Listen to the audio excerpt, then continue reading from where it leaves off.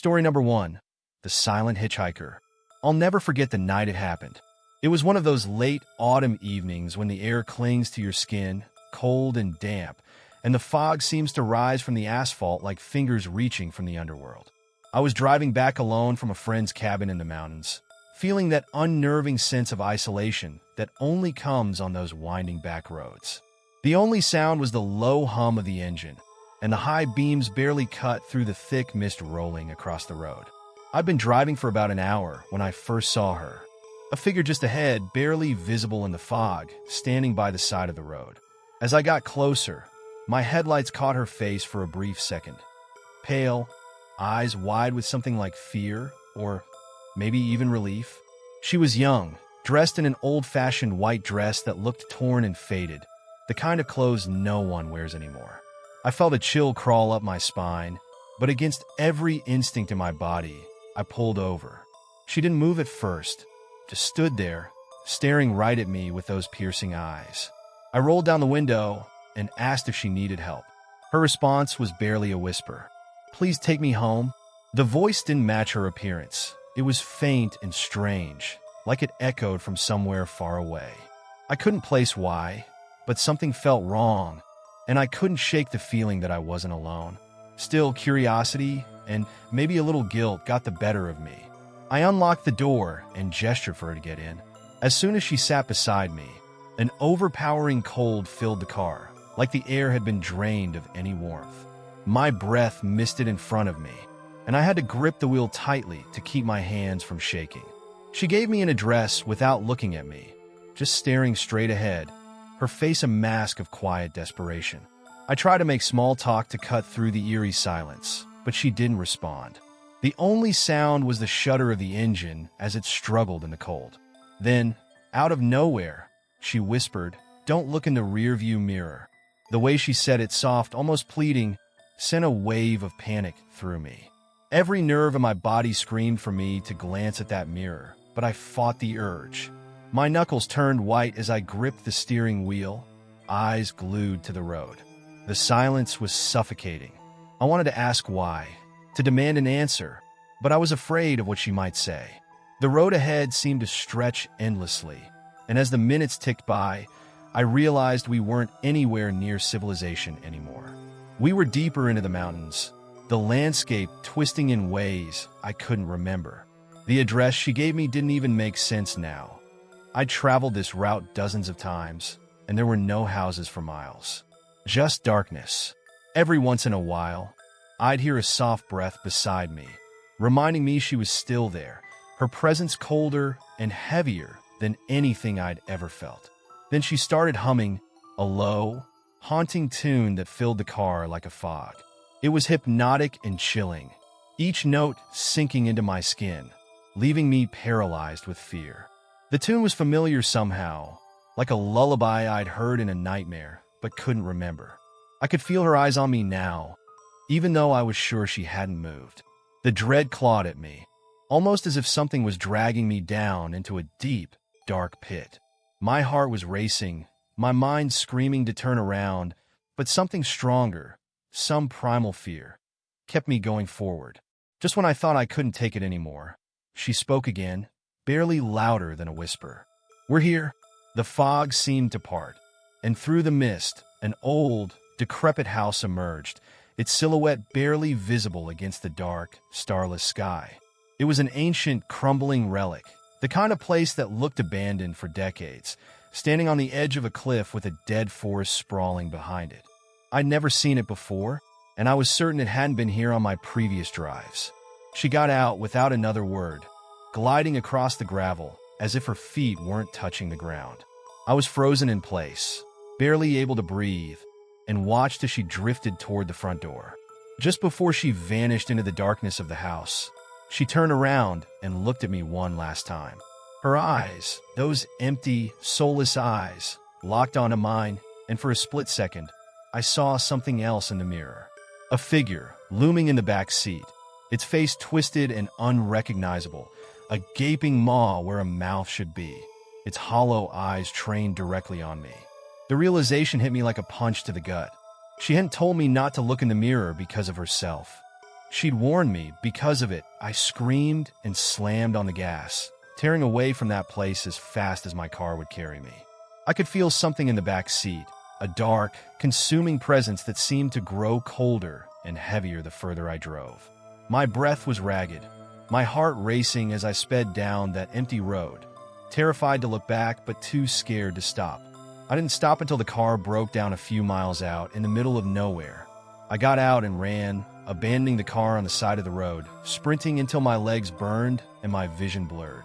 Somehow, I made it home, but that night never left me. I still have nightmares about that face in the mirror, that silent, watching figure in the back seat. And the next day, when I tried to find that road, that house, it was as if they'd vanished completely, swallowed back into the fog. Story number 2, the last gas station. It was supposed to be a straightforward road trip, just a few hours through some deserted back roads to reach my friend's place for the weekend.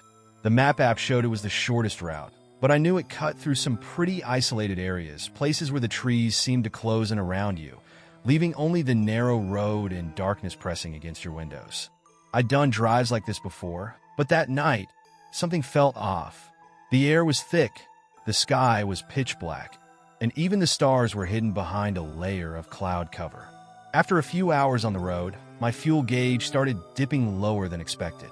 There were no other cars in sight, just mile after mile of dense trees and shadowy roadside. Finally, I spotted a light in the distance. It was a gas station, a strange sight in the middle of nowhere. The building looked ancient, like it had been plucked out of a different era. Peeling paint, a flickering neon sign that read gas, and a lone figure standing behind the counter inside, barely visible in the dim light. I pulled in, feeling a sense of unease that I couldn't shake. The attendant was an older man, his face hidden under a cap, his eyes shadowed. As I approached, he looked at me with a kind of distant intensity, like he knew me somehow or was trying to place me. I nodded and muttered something about needing a full tank. He didn't say a word, just took my cash and handed me the pump nozzle. I tried to make small talk, commenting on how quiet the place was, but he remained silent, only watching me with an expression I couldn't quite read. When the tank was finally full, I got back into the car and glanced at him one last time.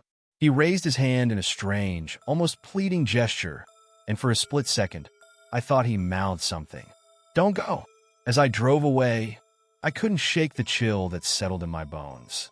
The road seemed to stretch on forever, longer than it should have.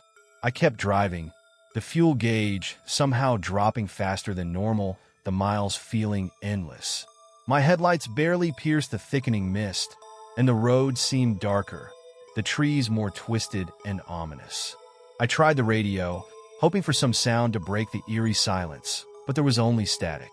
Then I saw it, another gas station, exactly like the one I'd just left, same peeling paint, same flickering sign, even the same shadowed figure behind the counter. It didn't make sense. I hadn't turned around, hadn't veered off course.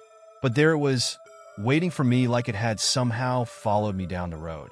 Against every instinct screaming at me to drive past, I slowed down, pulling into the lot. The man behind the counter was the same as before, his face still hidden under the cap.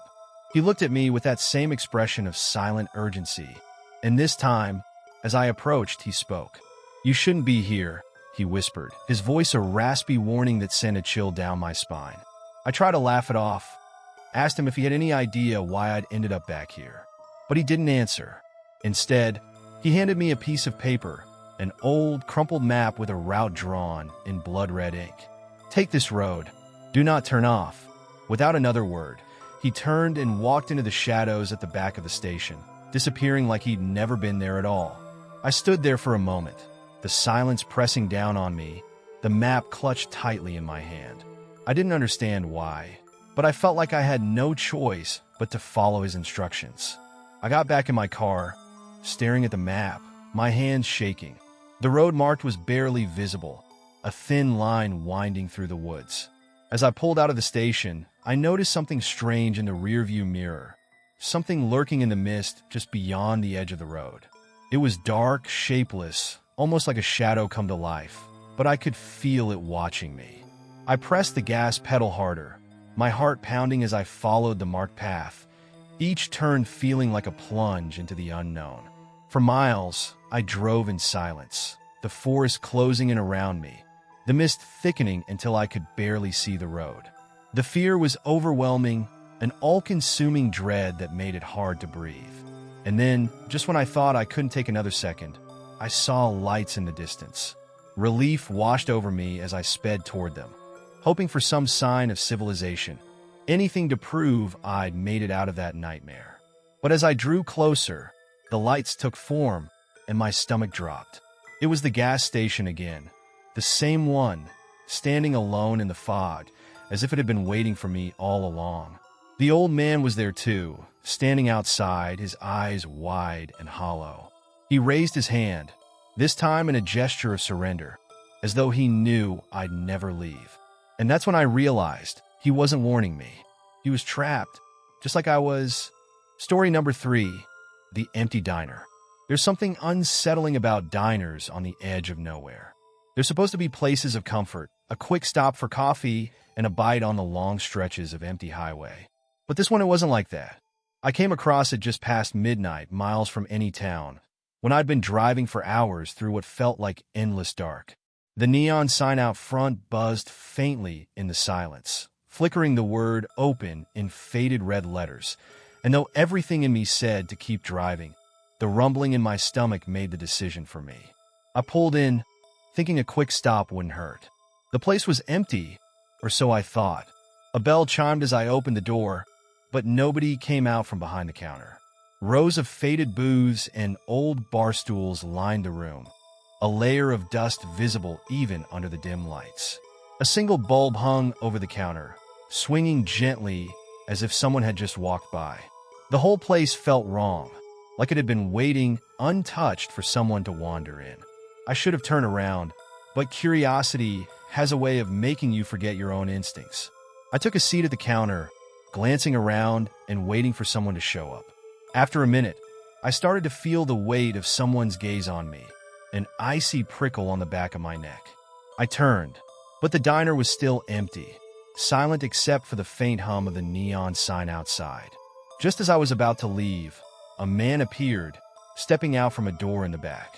He wore a stained apron and had a strange, hollow look in his eyes, like he hadn't slept in years. His face was pale, almost gray, with deep shadows under his eyes that seemed to pulse with a strange darkness. He didn't say a word, just placed a menu in front of me, his gaze never leaving mine. When I glanced down at the menu, I noticed the items were all strange. No prices, just cryptic descriptions like "the last meal" and "bitter farewell." I brushed it off as a gimmick, a play on the diner's spooky atmosphere. Trying to lighten the mood, I ordered a coffee, and he nodded, walking away silently. As he disappeared into the back, I caught a glimpse of something in the kitchen, just a flash of movement, something that didn't look human. The coffee arrived, and I forced a polite smile, thanking him, but he didn't respond. His eyes lingered on me a moment longer than they should have, before he turned and shuffled away. I took a sip, but the taste was off, metallic and bitter, like it had been brewed from something old, something that wasn't meant to be consumed. The silence in the diner was absolute, so heavy it felt like a weight on my chest.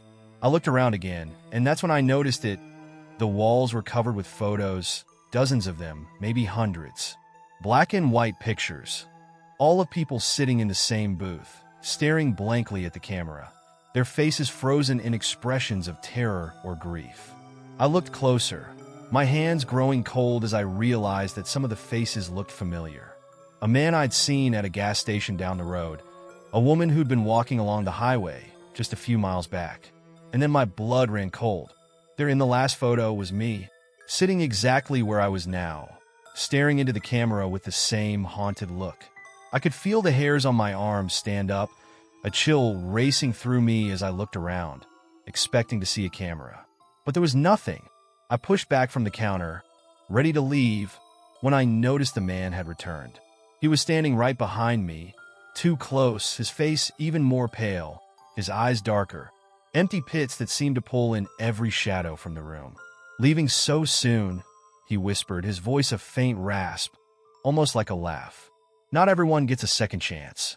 I stammered some excuse, not even sure what I was saying, and backed toward the door. As I reached for the handle, he spoke again, louder this time, his voice almost commanding. "Once you leave here, you won't remember us. But we'll remember you." His face twisted into a grin, but there was nothing human about it. His teeth were jagged, too sharp, his mouth stretching too wide. I wrenched the door open, stumbling out into the cold night air, my pulse racing. The neon sign flickered as I glanced back, and for a brief second, the word "open" shifted, almost like it was forming another word. I didn't wait to see what it said. I got in my car, threw it in a drive, and sped off, not daring to look back. But as I drove, I noticed something strange in the rearview mirror. My reflection, it looked different, almost faded, like a shadow of myself. And when I finally got home, there was something odd about the photos on my phone. Each picture of me seemed wrong. My face was there, but it was the same expression as those faces on the wall in that diner. A hollow, haunted look that I couldn't recognize, as though a part of me had been left behind, forever trapped in that empty diner, staring back at those who might wander in next. Story number 4. The Hitchhiker's Warning. Every driver knows the unspoken rule of road trips. You don't pick up hitchhikers, no matter how desperate they look. But that night, when I saw her standing on the side of the road in the middle of nowhere, I ignored every instinct that told me to keep going. She was drenched from the rain, her clothes clinging to her, hair plastered to her face. Her eyes looked haunted, full of a fear that struck me immediately, as if she'd just escaped something terrible. Against my better judgment, I pulled over and rolled down the window. "Please," she said, her voice barely a whisper over the sound of rain. "I need to get away, please." I nodded, unlocking the door as she climbed in, water pooling in the seat around her. She sat rigid, her hands clenched tightly in her lap, staring straight ahead. The silence between us was thick, oppressive. I started to drive, trying to shake off the feeling of unease settling over me. After a few minutes, I glanced over, hoping to make some small talk to break the tension. "Rough night?" I asked, attempting a light-hearted tone. She didn't answer, didn't even look at me. Her eyes stayed fixed on the road ahead, her face pale, almost translucent in the dim glow of the dashboard lights. I could feel her shivering, and I offered her a jacket, but she shook her head. "Just keep driving," she muttered, her voice tense, almost desperate. I pressed on, the night stretching out in an endless, rain-soaked blur. After a few miles, I began to notice something strange. Every so often, as I looked in the rearview mirror, I could see a faint shape behind us, a shadow on the road, keeping pace with the car, even though there were no headlights in sight. I told myself it was just a trick of the rain, the dim light playing tricks on my eyes. But then the woman's voice broke through the silence, low and trembling. "He's following us," she whispered, as if reading my mind. I glanced at her, my pulse quickening. "Who's following us?" "The man I ran from." Her voice was barely audible, her gaze fixed and unblinking. "He won't stop until he catches me, until he finishes what he started." I felt a chill run down my spine as she spoke, the fear in her voice cutting through the warmth of the car like ice. I tightened my grip on the steering wheel, pressing the accelerator, hoping to put more distance between us and whatever nightmare she was fleeing. But no matter how fast I drove, that shadow stayed with us, lingering just beyond the reach of the taillights, a dark, looming figure that seemed to grow closer with each passing mile. As we drove, she started to tell me things I'll never forget. She'd been hitchhiking for days, moving from town to town, trying to stay ahead of this relentless figure who had appeared out of nowhere, following her, haunting her. Every time she thought she'd lost him, he'd show up again, closer than before, no matter how many miles she'd put between them. She didn't know who he was or what he wanted, only that his presence brought with it a cold, consuming terror she couldn't escape. Then, without warning, she turned to me, her face pale and drawn, her eyes wide with something like resignation. "He's coming," she whispered, her voice cracking. "If he catches up, he'll take both of us." I tried to speak, tried to ask her what she meant, but before I could, the car lurched, the headlights flickering as if we'd hit something massive. I struggled to keep control, my heart racing as I peered into the rearview mirror, searching for any sign of what had happened. And that's when I saw him, a figure shrouded in shadow, his face hidden, his eyes dark pits that seemed to pull in every bit of light. He was standing in the middle of the road, staring straight at us, unmoving, like he was waiting. The woman let out a strangled sob, burying her face in her hands as the figure took a step forward, and then another, his gaze never leaving the car. Panic seized me, and I floored the gas pedal, desperate to get away. But no matter how fast we went, I could feel him getting closer, his presence filling the car with a cold, suffocating dread. I felt like we were being pulled toward him, some invisible force drawing us back, slowing the car down even as I pressed the gas harder. "Stop the car," she whispered suddenly, her voice hollow. I stared at her, horrified. "Are you crazy? He's right behind us." But she only shook her head, her eyes distant, resigned. "It doesn't matter. He'll find me. He always does." Her words filled me with a helpless, gnawing fear. I wanted to keep driving, to get as far away from that road as possible, but a strange compulsion made me slow down like I was under some spell. As the car came to a halt, she looked at me, a sad, broken smile on her lips. "Thank you," she whispered, "for trying." Before I could react, she opened the door and stepped out into the rain, disappearing into the darkness. The figure was gone, the road empty, silent except for the sound of rain pounding against the roof. I waited, my heart pounding, but she never came back. I sat there, staring into the night, until finally, I couldn't take it anymore. I hit the gas and sped away, not daring to look back. When I reached the next town, I stopped at a gas station and tried to tell the clerk what had happened. But he only looked at me, his face growing pale. "You saw her," he whispered, his voice barely audible. "The hitchhiker?" I nodded, feeling a cold knot of dread tighten in my chest. "She's been dead for years," he said, his voice shaking. "Killed by a man who was never caught. People say she still haunts that road, looking for a ride, trying to escape the man who took her life. But anyone who picks her up, they never make it to their destination." I left that gas station in a daze, unable to believe what I'd heard.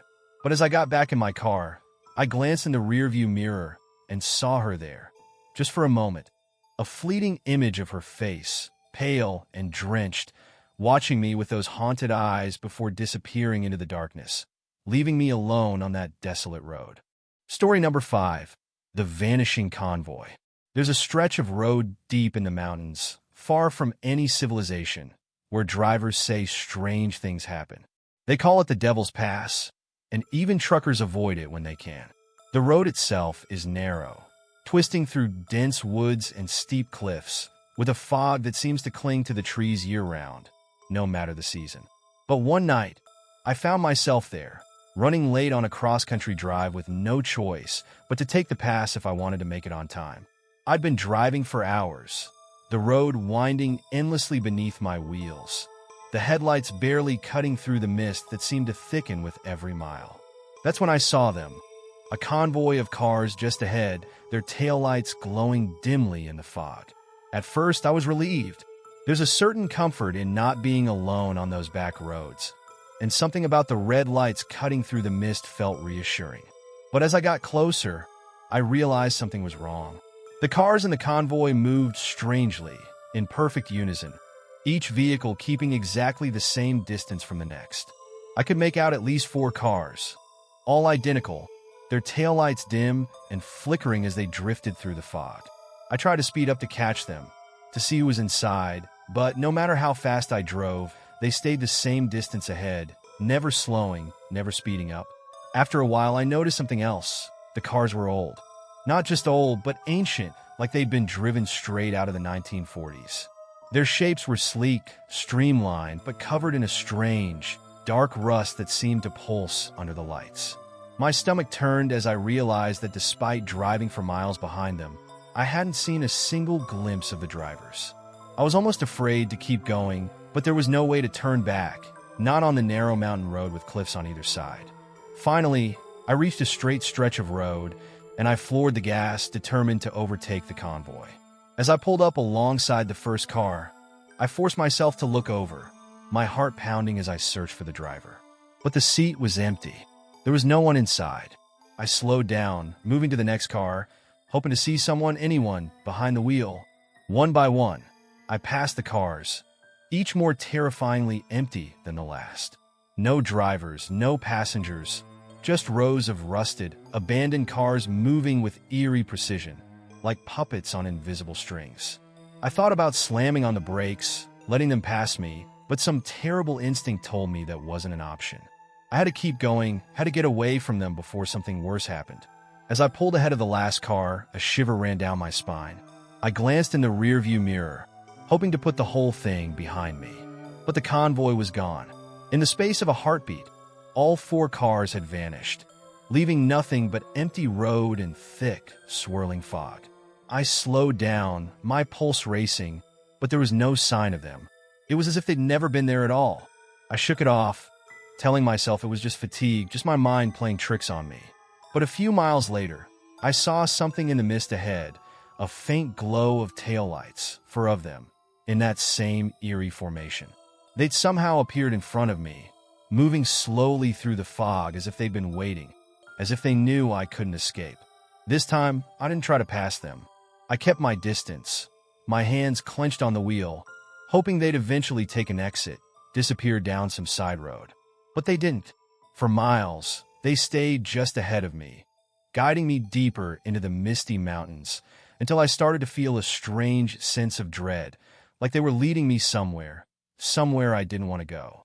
The road grew darker, the trees crowding in closer, the fog so thick I could barely see the taillights anymore. I don't know how long I followed them, but eventually, the road opened up into a wide, empty clearing. The convoy stopped, their taillights flickering off one by one until I was left in total darkness. I hit the brakes, my pulse racing as I stared at the blackness ahead, the silence pressing in from all sides. Then, out of nowhere, my radio crackled to life, a low, garbled voice whispering through the static. I couldn't make out the words, but the tones sent chills down my spine.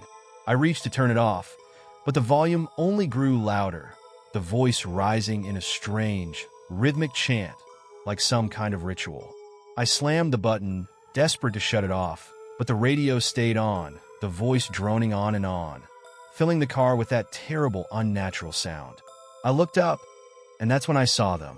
Figures, pale and shadowy, stepping out of the fog, moving toward my car. I couldn't make out their faces, only dark, empty eyes that stared at me with an unnatural intensity. My breath caught as I realized they were dressed like the drivers in the convoy, their clothes faded and worn, as if they'd been pulled from another time. Before I knew what I was doing, I threw the car into reverse, the engine roaring as I backed away, desperate to get out of that clearing. But the figures kept coming, their eyes fixed on me, unblinking, unyielding. I hit the gas, tearing down the road, not daring to look back. The radio finally cut off, leaving me in silence as I sped through the mountains, the fog thinning as I left that cursed stretch of road behind. When I finally reached the main highway, I pulled over, my hands shaking, my breath coming in ragged gasps. I looked around, half expecting to see those taillights in the distance, but the road was empty. I was safe, or so I thought. It wasn't until later, when I checked my rearview mirror, that I saw it, a faint glow in the distance, for flickering lights that followed me wherever I went, no matter how far I drove. And in the dead of night, sometimes I can still hear that voice on the radio, whispering through the static, reminding me that they're still there waiting, and that one day I'll have to follow them back to the mountains, to the place where the convoy waits, never to be seen again.